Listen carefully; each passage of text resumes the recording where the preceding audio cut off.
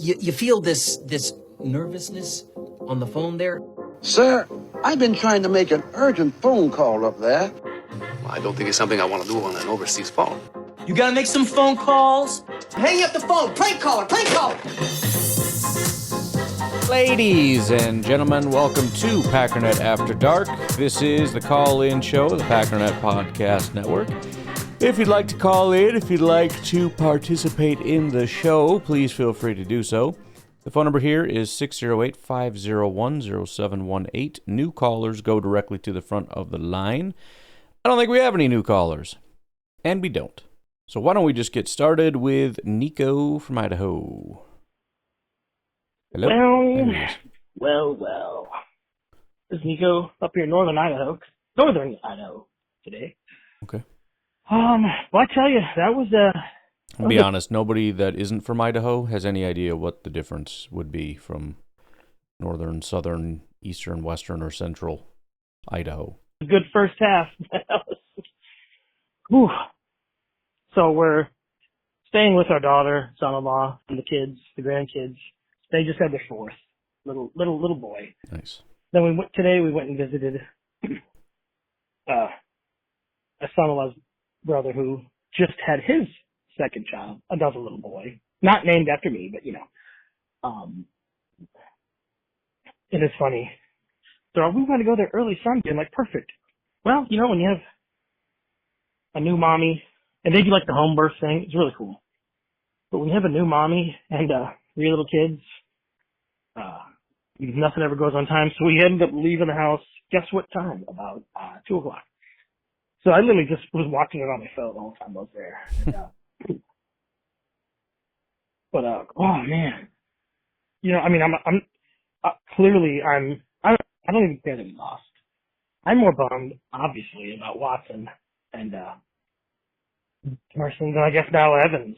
Just something happened to him. Oh my gosh, those 3 dudes who are literally, other than Love, the 3 best players we have, and Jacobs. Honestly, after Parsons went out, I almost wish they would have just pulled Jacobs, because clearly we're not going to win. There was no beating Denver. I think, I think I mentioned in the call home the other day that I hadn't seen Denver play. Say what you want about them, paper champions or whatever. I mean, they barely beat the Raiders, but it doesn't matter because they're in their division. So divisional games shouldn't be counted as, have the same effect as a non-divisional game. We say that, but we would never apply that if we lose to the Bears, the Vikings, whatever, the team that's supposedly bad in our division. I would never. I mean, what was the entire thing like? Oh, you can't win in your division. Well, apparently it doesn't matter because it's weird and it doesn't mean anything. Because it's a common opponent. They know, even though the Broncos are good, they still play them twice a year, every year. So, but I tell you what, Denver looks really good, man. And I've already stated that I hate Denver. There are other AFC teams I hate a whole lot. So one of them I think just got eliminated from the playoffs. So good for them. But they did what they did against our defense, and our defense was pretty good. In the first half they were pretty good, even though they still haven't scored a little. But I think obviously if no one gets injured, we probably pull this game out. So I just still love my team. Hang on. Yeah, part 2. So if no one gets hurt, I think we probably win. And I mean, who knows what's going to happen? Who knows what other teams will lose their stars before the playoffs? I still think we can make the playoffs. It's kind of funny. As soon as Parsons went out, Rashawn Gary started getting pressure, started getting to the quarterback. So what the heck, But I mean, I still just love this team. They play their freaking hearts out. A lot of stuff. I mean, we could have maybe caught some interceptions that kind of hurt. I'm not gonna, I tell you what, when you're watching it on YouTube, there's a chat feed, and I just looked at it, and this was in the beginning of the third quarter, and some idiot made a comment. If we make it Super Bowl, Love will lose it for us. I'm like, are you stupid? Like this is after we lost Parsons too.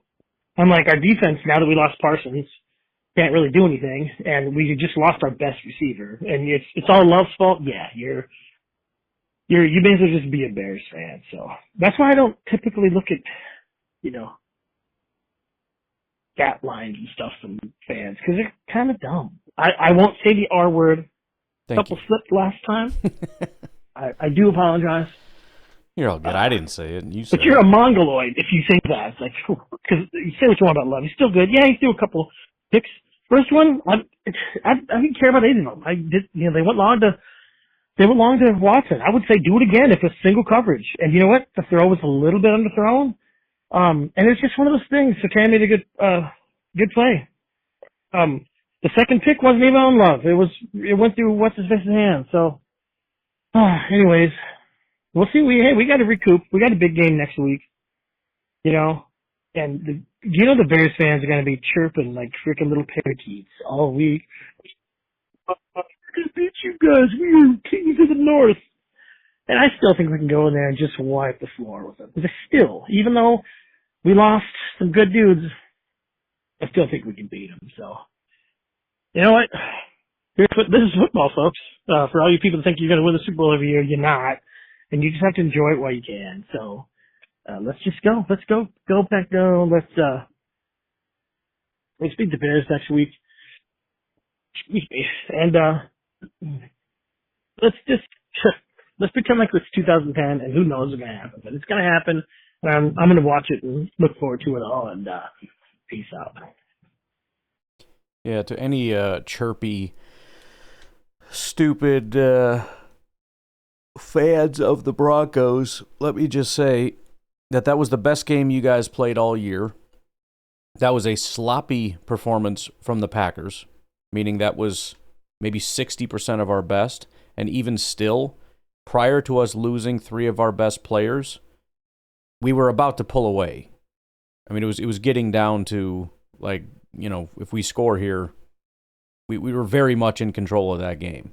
Even despite the fact that we're in your house with the best game that your wide receiver quarterbacks have played all year. And it still was nearly not good enough until we lost our players. So they can go ahead and shove it. Hey, what's up, everybody? Kyle from Madison. So how are things going for you guys? Never better. This is tough, isn't it? This is tough to not let this bleed over into home life. I'm struggling today. I'm sure I'm not the only one. It's like this is the price of being this invested in a team we love, And this is a tough one. This is the toughest game that I can remember since probably the Seattle NFC Championship game. What was that? Was that 13 or 14? 14. Probably since then. Maybe when we lost to the Bucks. But, for a non-elimination game, this has got to be the toughest. I mean, even when Rodgers broke his collarbone in Minnesota, and was that 2017, 2018? That was a good team. I don't know that anybody thought that was a straight-up Super Bowl team, whereas this team just felt like the sea was parting for us, And it's a tough one. And I don't know why I'm doing it, but I'm just kind of going through some of the social media and of course, a lot of people saying the season's over, but there's also like this thing where people are saying, don't come at me with the season's over crap. And it's like, okay, fine, but don't patronize me like I'm some hyperbolic, histrionic fan. All right. At the beginning of the year, if you said, Kyle, gun to your head, design in a laboratory, the things that people that can't get hurt. Obviously, you start with the quarterback. Pray God that doesn't happen. But then next up, you got who? You got Micah Parsons, and you got Elton Jenkins, you got Tucker Kraft, you got Jaden Reed. Okay, well, you lose 3 of those 4 to start out, then who's left? Well, you get Watson back. Certainly, he goes like top 3 of the list. and Micah Parsons and Zach Tom. I mean, like, you couldn't engineer a more thorough ass whooping as far as injuries, it with the exception of Jordan. And so I think that's a little bit disingenuous for the people that are like, well, don't say the season's over. Yeah, dude, I get it, but maybe if they can get back to full strength on offense and they can just somehow blast their way through, but damn, man, this just hurts today, bro. This just hurts. Yeah, I mean, it's, I don't know. Yeah, it's like you said. I mean, it's hard to imagine a worse path. I mean, I don't know that we were exactly a powerhouse just ready to steamroll into a Super Bowl. I mean, I feel like 2020 was kind of that year, which made that so much more painful. I mean, there were a lot of other years where I felt like this is definitely our year. This didn't feel like that even with Micah Parsons, I don't think. Certainly they were capable. But it didn't, it felt like they were still missing something, which certainly doesn't help our odds now that we've lost all these other pieces. But in terms of having something stripped away that was feeling destined, I mean, I've said it before, I think Detroit much more fits that mold last year. That was like a historically, you look at DVOA like a top 3 all-time team, and so unbelievably decimated by injuries, it just eventually caught up to them. That and their coach's stupid decision-making. Doesn't make it... Well, it does make it a little better. It doesn't make it much better, given how devastating it is and what the expectations were and everything. But I will say, don't say the season's over, Kyle. I do think that that's a fair thing to say, is to tell people to stop saying the season's over, because it's not. I think it's, to pretend like it doesn't matter would be ridiculous, or to, try to, I don't know. Yeah, I mean, I guess downplay the severity or whatever could be certainly annoying, but, I mean, at some point, I mean, if you want to walk away, I'm not saying you or whatever, but if some people are so convinced that it's over and everything, well, then you probably just shouldn't watch the rest of the season, I guess. Just see you next year. But for a team that still has, Jordan and Watson and Reed and Golden and Josh Jacobs, pretty much the entire offense that has been really good very recently, right? The whole Toyota-thon thing, we basically didn't have Tucker for any of that. I don't think we didn't have Tucker for any of that. So we still have a very good offense. The defense, everybody hated when we had Micah, at least in the Denver game. It's probably not going to be an elite top 5 defense. It wasn't even, I don't think, top 10 with Micah Parsons. But it wasn't much worse last year. It might have even been better. I don't remember where we ranked last year when we didn't have Micah Parsons. So again, obviously this really sucks and hurts our chances of winning a Super Bowl, which were already very slim chances. But we're also still a team with a better than 90% chance of getting into the playoffs. And once you get into the playoffs, anything can happen. There also aren't a ton of teams that I would say it's impossible for us to beat. Obviously not Chicago. It's not going to be Tampa Bay. It's not the Eagles. That team could fall apart at any second. I mean, they just are incapable of doing anything. And so you're left with primarily just the NFC West that becomes a challenge. And in the NFC West, what do you have? You have the 49ers, which I think are a good team, but I think are beatable given the fact that they have very similar issues that we have. They're injury decimated and everything else. You have the Rams that are very, very good, but that happens to be a team that we have had some success against. So, let's just wait and see what happens. Things change constantly. Not usually for the better, but sometimes. And also things get worse for other teams too. So let's just take it step at a time. Baby steps, if you will. Let's just see if we can get through Chicago.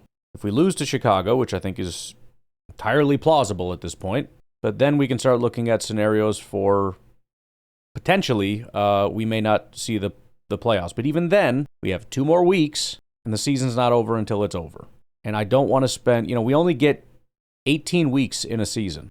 I don't want to spend the last 3 weeks of the season acting like the season's over. We have an entire, you don't understand how long the off season is to sit around and piss and moan and whine about everything that went wrong and to start looking into the future. I'm not doing that right now. Maybe at some point we'll dabble in a couple draft picks or something just because it's fun, but not in a depressed season's over, I hate everything kind of a way. Hey, Ryan. Wait, actually, we'll take a break. We'll be right back.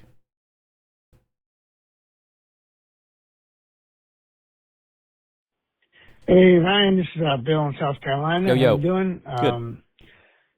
I don't know. I've been watching Pac for 60 years, and I think that was the single most disastrous regular season games ever. Yeah.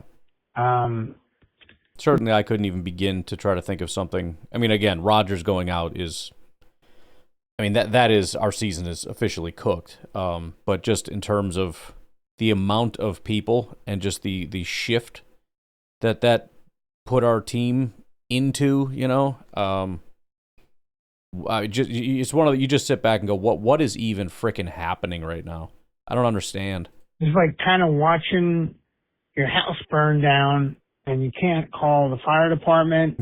You can just sit there and watch it, and then just watch it more, and then about 100 people come over and throw kerosene tanks into the house just to add to it.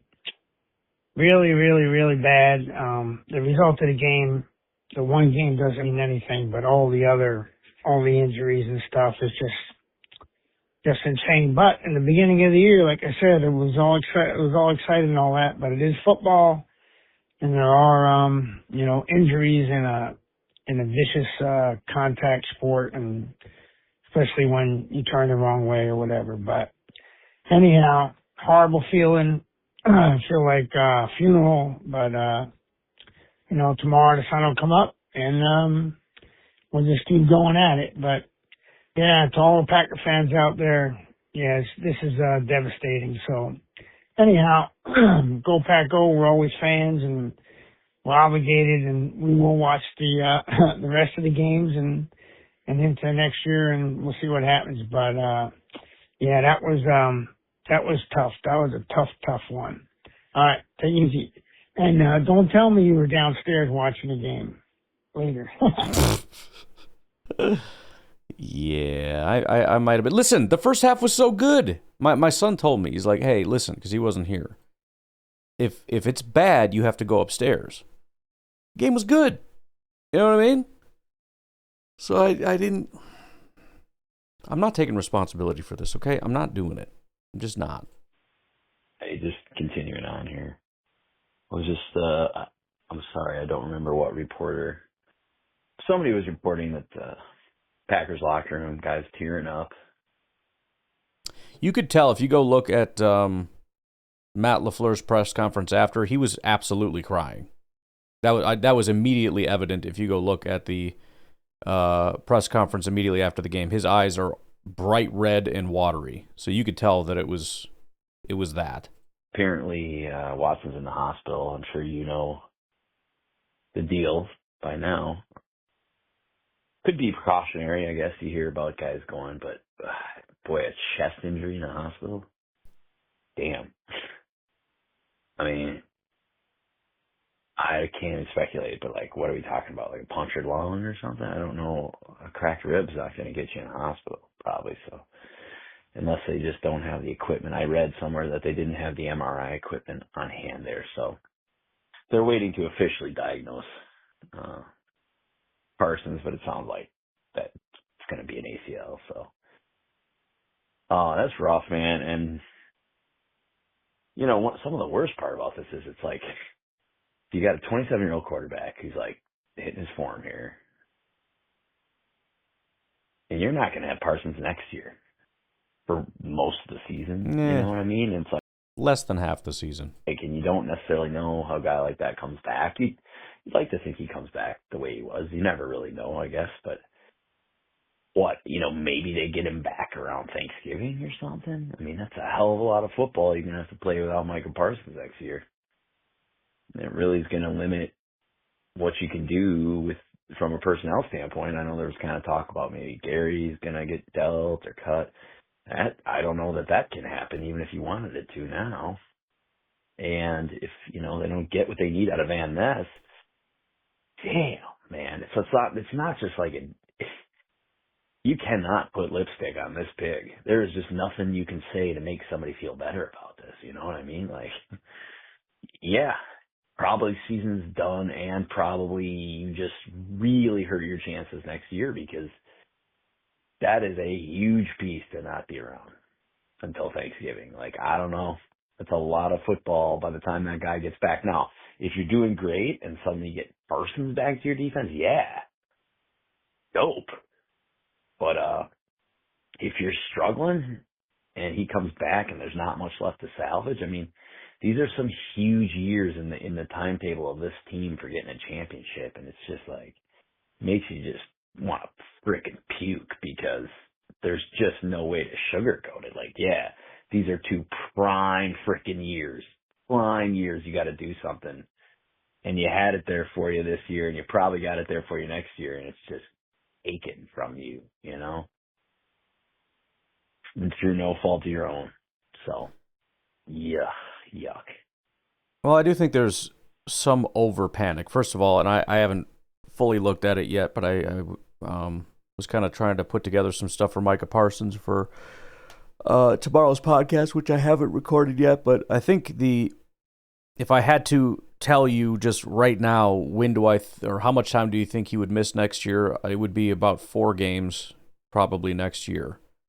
I don't think he'll miss the entire like it's not going to be a year that he's out. I don't believe. I mean, it could be. You never know. It depends on how things go. But Micah Parsons already said he's shooting for September. I think that's probably. I don't think the Packers would even allow that, just because of they have their things of like, we will not allow somebody to come back, just because of, we'll talk about it tomorrow, but what all the science and everything has said about people that return too early and the long-term health and all that. He'll probably be ready to go. In other words, he's feeling fine, looking fine. Everything seems perfectly fine by September. They'll shut him down until a little bit later, but if I had to guess, it would be about 4 weeks. I will also say that we are in almost year 10 of our windows closing. We have to do something. The entire point of every NFL team is you're always in a window. Always. We're the youngest team in football. I would say technically we are in a window, but there's no team that isn't in a window if the youngest team in football, with your quarterback being one of those young pieces, is, and you're in a window. Of course, everybody's in a window, and everybody's window closes within a year or two, which is why it's up to the GM to extend the window, and the Packers have been continually extending that window. We thought for sure that we were done when Rodgers left. Right after 2018, again, Gutekunst comes in and completely revamps the entire team, and boom, we're playoff teams again after 1 year. And then, we have only this time until Rodgers leaves, even though we do have this quarterback. And then Jordan comes in and boom, we're ready to rock and roll again. We went through another mini rebuild 2022-ish or 2023. We're right back in it. Never lost a step. And we added Micah Parsons, who's going to be here for a long time, but even if and when he's not. I mean, this is that thing again where we have to stop assuming that the only things that change are the things that I can see changing. So, we look at like, well, this person's going to go, and this person's going to go, and this person's going to go. 32 teams have a list of people that are going to go over a period of time. Over 1 year, this group. Over 2 years, this group. Over 3 years. And by the time you get to 5 years, pretty much everybody's gone. The exception of maybe your kicker and your quarterback. This is what I've been talking about with the Lions and whatnot. I mean, now that you're at the peak, now you're at that point where everybody starts leaving, and it's a question of, can you replace people as fast as you can do it? As fast as you're losing people. If you can have sustained success, and that's what sustained success is. It's keeping the window open forever. And, we could have been panicked since 2017 saying, Rodgers is in the twilight of his career, and when he's gone, it's over. And so we have to do something. And then he gets hurt, and it's like, oh no. And then 2018 is a disaster, and it's like, I think we're just done. I think the run is over. The Packers are a very talented team. Jordan Love is one of the top quarterbacks in football. Christian Watson is emerging as an elite football player. We have yet to see what Golden can do. Our offensive line needs help. Tucker Kraft will be back, and he will be one of the top tight ends in football. There are questions. There are concerns, just like every team has. And I don't know if Gutekunst is the guy to get us there, but he's the guy we have, and somebody needs to be able to get us there. But we still have a very young Micah Parsons and Tucker Kraft and Jordan Love and Christian Watson and Xavier McKinney and Evan Williams and Edgerrin Cooper and Lucas Van Ness, who looked... I mean, everybody's already freaked out about Lucas Van Ness because his first game back, he didn't have like 4 sacks. Like, oh, Van Ness is no... I mean, the Ike Packers freaking losers would just rage bait. But even aside from that, I'm already sensing this feeling of like, well, I guess he's no good. Like, what? You understand he played on a pitch count, and it's his first game back from a long, prolonged injury. Can we freaking relax? I mean, it's again, I get it, but let's not spiral here. Let's not start spiraling into looking at, well, you know, the domino effect of, well, this happened, and then this, and then this, and then we're going to lose this guy, and then we don't have this, and da-da-da-da-da-da-da-da. Calm down.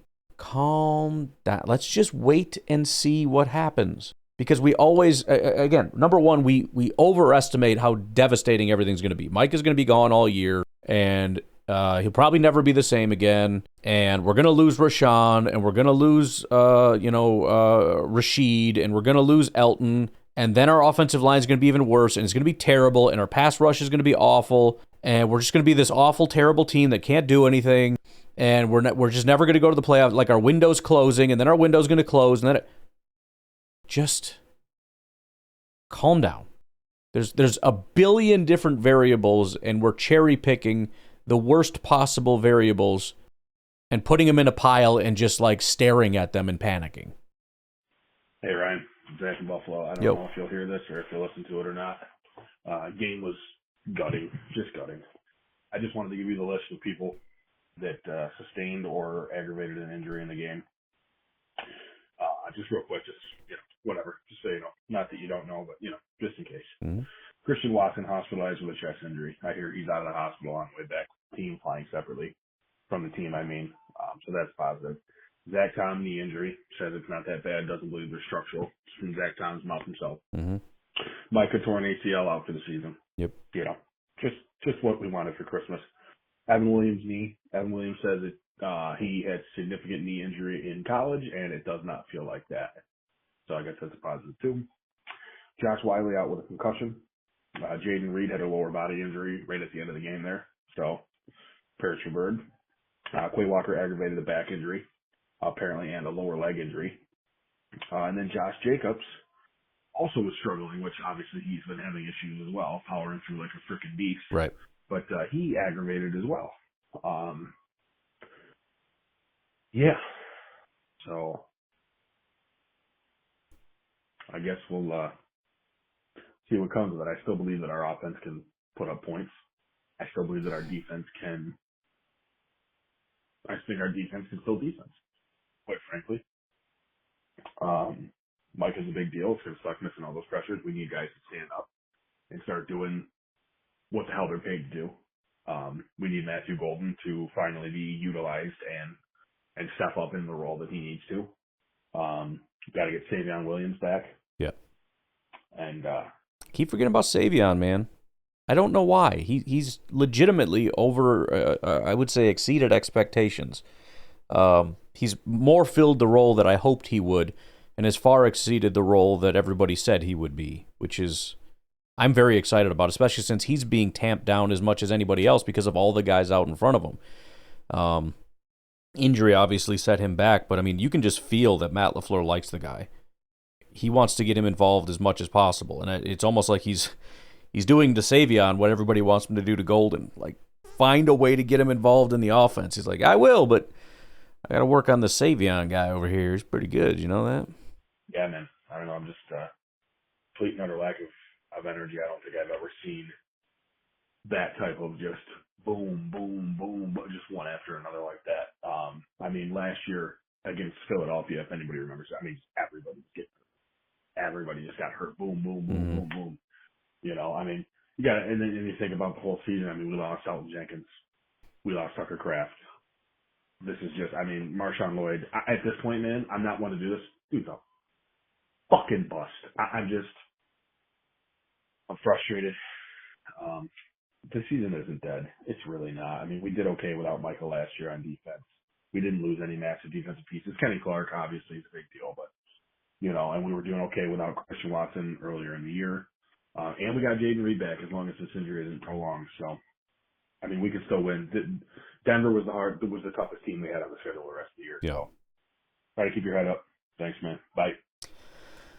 Yeah, and I'm saying the same stuff over and over again, but I mean, it makes our path harder. It doesn't make our path impossible. We need our offense to step up in a big way, and we were seeing our offense step up in a big way prior to this game. We need Toyota-thon Jordan back for the rest of the year. Like, as long as we feel like being in this thing, we need Jordan to be big. And Watson needs to be back, and he needs to be healthy. And we need Jaden Reed, and you're right, we need Golden to step up. The offense needs to be firing on all cylinders because the defense, is going to struggle to maintain the level of success that it was having. But that's what the Packers have been forever.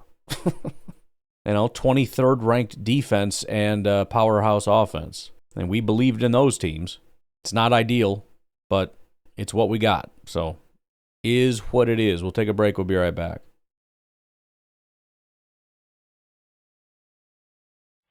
All right, last call here. No, I'm done feeling sorry for myself and for the team right now.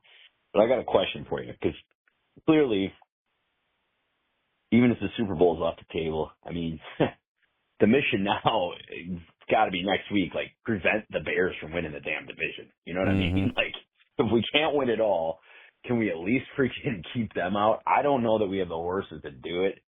If they aren't favored next week, then I don't know, man. I mean, I would imagine they would be, but anyway.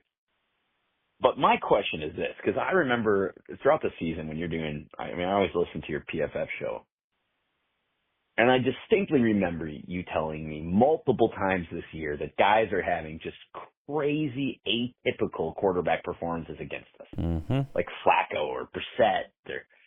And you'll have to refresh my memory, but I definitely recall you telling me that there has been multiple quarterback performances way above their averages against this team throughout the season. And then today, I mean, I've watched Broncos games this year, and Bo Nix has been okay. He hasn't been a 4-touchdown, 132 quarterback rating guy like he was today. And so this is the thing that annoys me. And again, I'm not trying to downplay Denver necessarily. I don't like that people use this as a way to downplay the Packers. See, you're not on their level. See, they're actually a really good playoff team, and you downplayed them, and they're really good, and we're not that good. If we had played Denver at any other point, aside from this one, without all the injuries, I mean, we could play this team without all the injuries, we'd probably win. This is a superhuman effort from Denver. They have never looked this good all year. This is a one-off. But again, we always get in this thing where it's like, what I saw is all that ever is, was, and ever will be. All right, dude. I don't know what to tell you then. You know what I mean? So, okay. I'm pretty sure these guys aren't playing that way just because we have a G on our helmet and, the Packers are here. We better put on our best, play our best ball. I'm pretty sure that's not why. So, I mean, do we have enough data points here to show that there is some sort of trend? Because, even before Parsons went out, Nix was playing really well and he torched us. He freaking torched us. And we've been torched a couple times by good quarterbacks this year. So I'm not sure if that's just a random event happening, why people are playing so far above what their expected output is. Because it seems like that's probably not the case. What's probably the case is there's something happening. I don't know if today was just the altitude or what. But how is it possible that we get these kind of performances 4 or 5 times a year out of guys that just shouldn't and historically don't perform like this? Because, I mean, my God, the cornerbacks today were pretty awful. Pretty awful. The safeties, I think, pretty awful. Really dumb penalties. But just Nix is just finding guys open. And, yeah, I'm just looking for answers. Because otherwise, I think we're going to see more of the same the rest of this year. So tell me what you think. Well, I mean, part of it was in this game, yes, the corners did play pretty poorly. But that doesn't account for what I'm talking about. Like you said, Caleb, well, you didn't say this, but you were talking about finding open guys. Caleb found open guys. That was a function more of Ben Johnson, and Caleb did not get graded very highly when he played us. For that reason, he didn't do anything superhuman. He didn't play poorly, but it was just kind of an average Caleb performance. This situation is beyond that. It's the corners playing poorly was more of a compounding effect that made it even worse. What I'm talking about goes beyond anything the Packers could be doing. Aside from possibly pass rush, but we know that's not the case because these guys are constantly running from Micah Parsons all day long. This is guys who are throwing on the run, throwing pinpoint passes to guys that are in decent coverage. It's those kinds of throws that you look at and go, give me a frickin' break. Just absolute perfect in-stride dots. I mean, even if they do have a little bit of separation, could the ball be slightly under or overthrown at any point ever? These are absolutely perfect passes.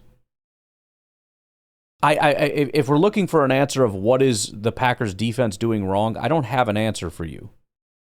Because again, even in this game where the corners did play poorly, that has really nothing to do with the really good grade, for example, that Bo Nix got.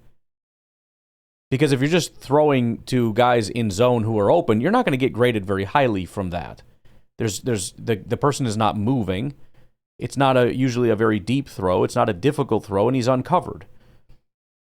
You're going to get higher grades for higher difficulty throws.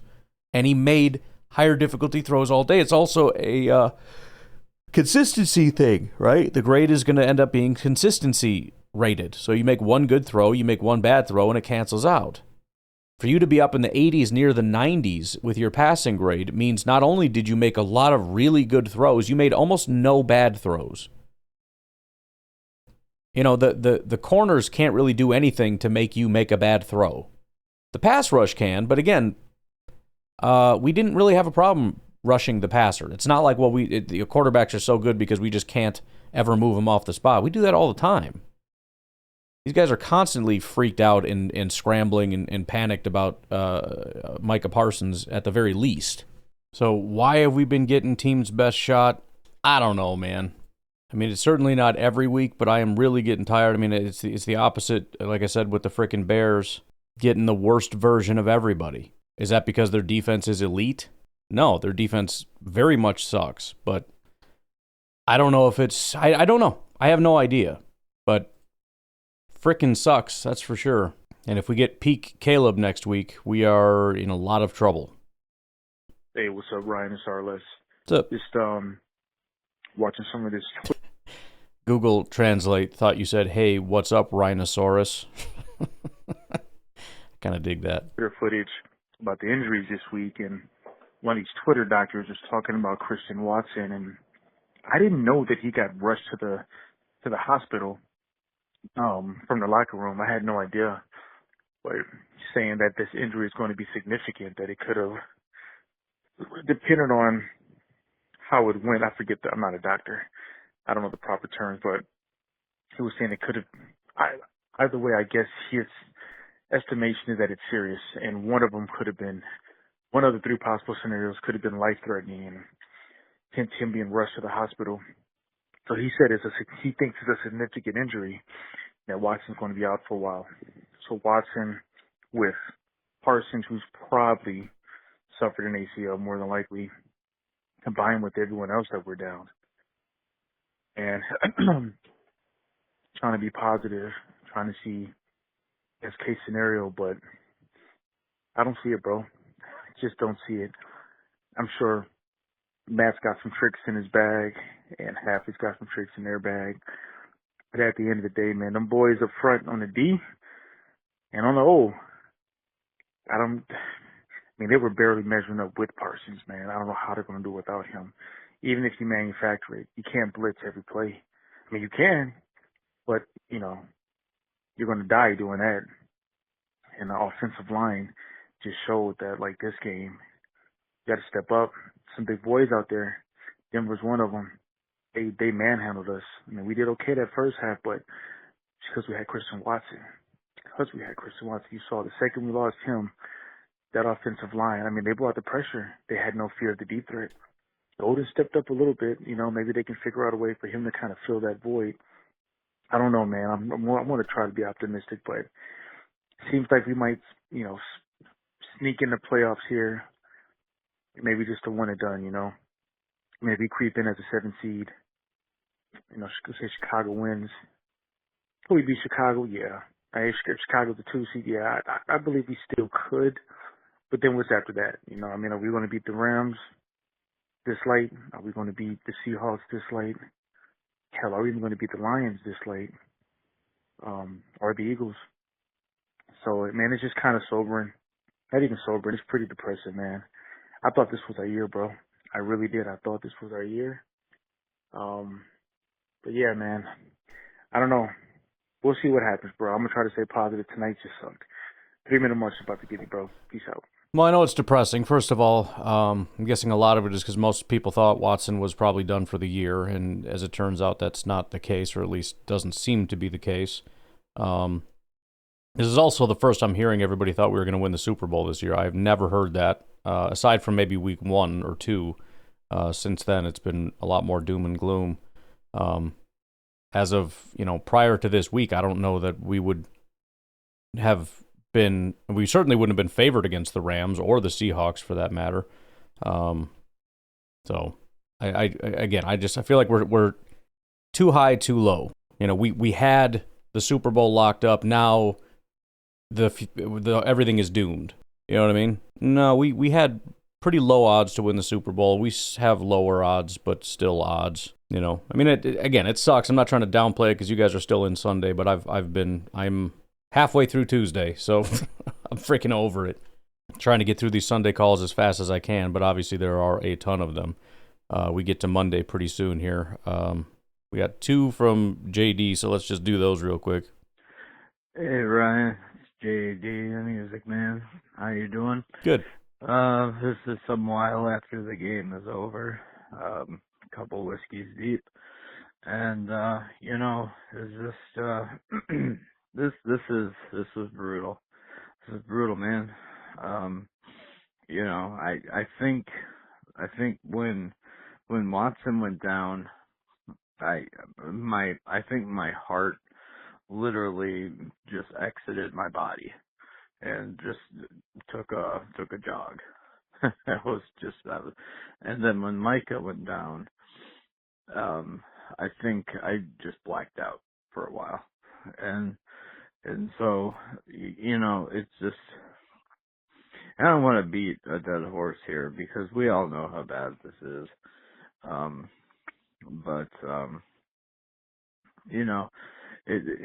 It just really goes to show how quickly things change in the NFL. I mean, we rewind just a couple days, and weren't we riding high?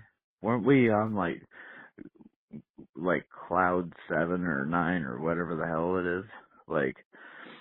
And how happy we were and how dominant our team was, and we were going for that number 1 seed and all that jazz, and now not even that much later, and now we're wondering if we're gonna make it to the playoffs.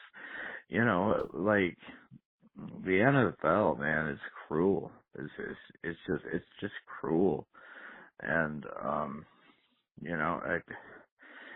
and to think that we might be without Micah for a while. I hope the news on Watson is good, because otherwise we need people on this team to step way the fuck up, because this this just can't be like this. I mean, people have got to, they've got to show up. I mean, we have just lost. It's one thing to lose one guy for the season. We've lost every single big time player on our team. I'm not going to jinx it by saying anything else, but we have lost a lot coming into this, and it's just, man, it's just been tough, and it's hard to watch. And you know, now we got to play the Bears in Soldier Field, and oh man, Christmas, the perpetual season of hope. Part 2 here. Yeah, Prairie Machine got me. So I might be more than just a couple whiskeys deep. It's all right. Lie. So, but anyway, there is hope in me that maybe, just maybe, you know, that we can rally, that things can turn out, and that, you know, maybe Watson will be okay, maybe Tom will be okay, you know, maybe Williams will be okay, you know, maybe we get these guys back, and they rally, and LaFleur rallies, and Jordan rallies this team, and we go out there and we play some damn good football, and we smoke these last 3 games, and we seed well for the playoff, and then we go out there and we show them what's up. Like, maybe that's what happens. Maybe that's the narrative we're gonna be looking forward to. Maybe that's what's coming up for us. We don't know. It sucks right now, sure. I mean, it totally sucks right now, but maybe, just maybe, we got something to look forward to. It's bleak now. It sucks now. It really sucks now, but hey, let's maybe, just maybe, in this season of perpetual hope and joy, maybe let's throw in some optimism, huh? Well, anyway, we'll talk to you later, man. We'll see what happens at Soldier Field. Take care. Yeah, I mean, what else can you do? It is what it is, man. It's about as, you know, like you said, you don't want to jinx it because there's still some heavy hitters on our team that the football gods could take from us. But you know, that's it. It friggin' is what it is, man. And I mean, we gotta make a decision on whether we're gonna say, oh well, screw it, let's give it our best shot with what we got, or just phone it in and say the season's over and you know, maybe try next year, or be super doom and gloom and just say what's the point? The future's ruined, everything's ruined, and go watch basketball or something. I don't know. Those are about your only options. None of them are great options. None of them are super wonderful, but those are your options. And I have a preference, and my preference is to, you know, and to be fair, and I have. This is also somewhat of a, whether you want to call it a promise to myself or whatever, but I mean, since 2010, I have said, don't give up on the team. Don't ever give up on the team. And we haven't won the Super Bowl since, but there's been a lot of examples of me giving up on the team when I shouldn't have. 2020, what? 2021, 2022, 2023, basically. Maybe 2024. I don't know if 2021 applies. Maybe it was 2, 3, 4, something. But I mean, just all the years where it starts off bad and it gets so bad, you're just like, whatever, dude. I guess I quit.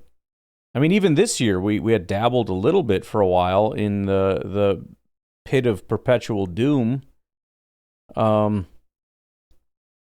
Just in terms of, new coaching, new coaches, new GM, all that stuff, because everything was so bleak. And as per usual, they end up turning it around. Toyota-thon hits and all this other stuff happens. And we're not even in a situation now where it's like we're the odds are so stacked against us to even get into the playoffs. Not even close to that. And again, maybe I'm alone in the fact that I was not one of the people that thought for sure we were on our way to win the Super Bowl. I mean, we certainly had some hurdles, and it was extremely unlikely. I mean, again, it's not because we're bad necessarily. It's unlikely for just about everybody, but we're also not the favorites. Arguably top 5, but those aren't the best odds, you know. But it is what it is, you know. I don't know what else we can do about it. All I can say is let's give everybody an opportunity here. Let's give the players and the coaching staff and everybody an opportunity to see what they can do. Anyways, I'm going to get out of here. You all have a good rest of your day. I will talk to you tomorrow. Have a good one. Bye-bye.